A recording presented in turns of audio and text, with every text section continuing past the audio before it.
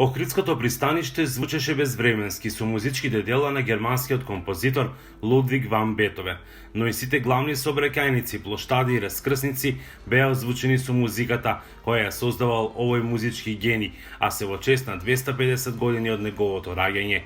Идејата за одбележување беше на професорот Зоран Тунтев од Лајонс клубот Ликнидос. На истата се приклучија и локални угостители и вкупно 250 уметници од градот. Во Охрид е роден друг гений, Свети Климент Охридски. Тој е творец на кирилицата, творец на чуда додека уште бил жив. И по дефолт тој е еден од чудотворците на, модерна Европа во последниве 2000 години. Токму затоа Охриѓани имаат честно и обврска да спомнуваат други гении од таа длабока европска историја.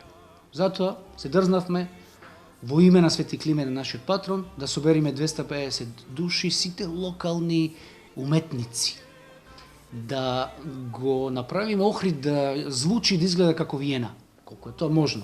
И воедно во вакви тешки времења на неизвестност и на страф, на некои апокалиптични сценарија, ние да испратиме една јасна порака за здравје на сите, за мир и за подобро утре, за една подобра иднина, преку музиката на Лудвиг ван Бетовен. Снимени се и неколку видеа на кои Бетовеновата ода на радоста ја изведува градскиот мешан хор Вокс Ликнидос, Охридскиот музички еснав, а на одбележувањето на овој јубилеј се приклучи и музичкото училиште. Бетовеновата ода веќе 200 години од незиното постоење инспирира радост, особено во тешки времења. И најсилно звучи и зазвонува кога ја потенцира таа заедничка желба за триумф на тие потешкоти.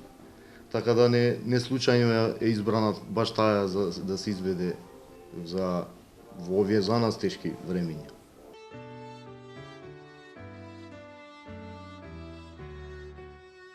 Охридскиот музички еснав, сите тие садиловци и трубадури од рестораните се сплотија заедно, направија еснав и ја одсвирија Одата на радоста во 7 осмини.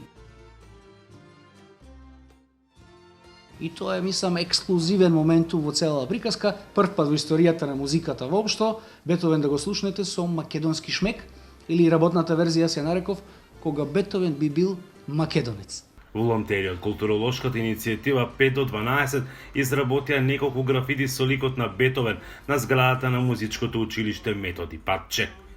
Од Охрид за Гласот на Америка, Мики Трајковски.